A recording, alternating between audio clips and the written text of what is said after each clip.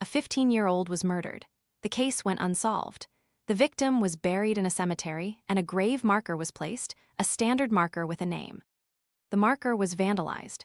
Investigators initially treated it as isolated, the kind of senseless damage that occasionally happens to headstones in cemeteries.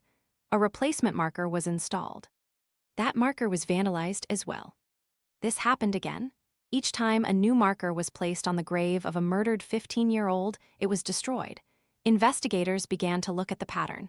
The vandalism was not random. It was targeted specifically and exclusively at this grave. No other markers in the cemetery were disturbed.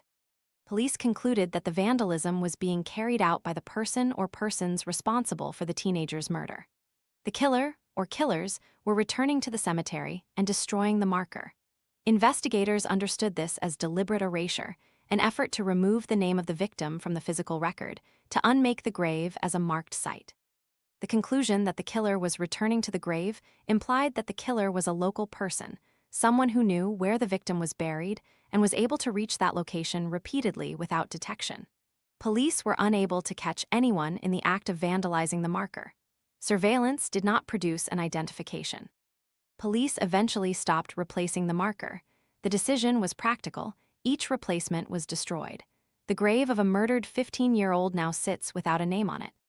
The killer was never identified. No arrest was made in the murder.